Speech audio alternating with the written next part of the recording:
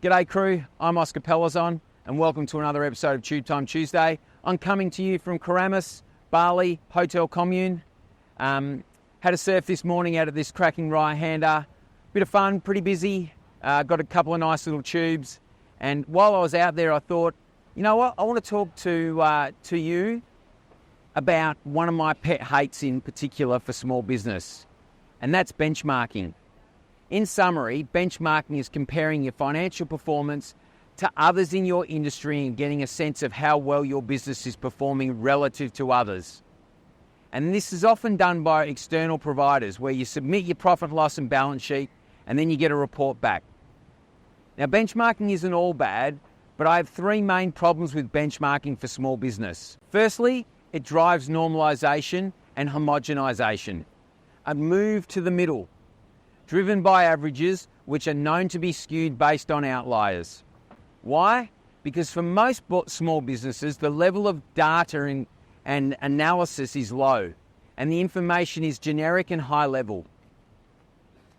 And the ratios that you get back are also high level numbers and ratios that don't take into account strategy, target market, geographic operations, things specific to your business. The second problem I have with benchmarking is that it's easy to be sucked into wanting to be like others. A focus on what others are doing. Business owners and their businesses lose their own identities. The why, mission or purpose, your vision, what do I want to create, the strategy, how am I going to compete successfully? Benchmarks are numbers and they don't take into account personal motivators and drivers, the real reasons why you went into business and how you could make a difference. And thirdly, for small business, there's a lack of accuracy in those numbers. For large corporates, benchmarking can work and because their financial results are audited and they follow approved accounting standards. But for 95% of small businesses, they create their own chart of accounts and report to suit their personal needs. They are the only ones that use that financial information. And there is no audit of the financial veracity of the accuracy of the numbers, nor standard reporting principles. Also, there is often differences in how some business account for expenses within their businesses. Some treat wages as a cost of goods sold, others as an overhead. And all these things can throw out the ratios and therefore the usefulness of the benchmarking.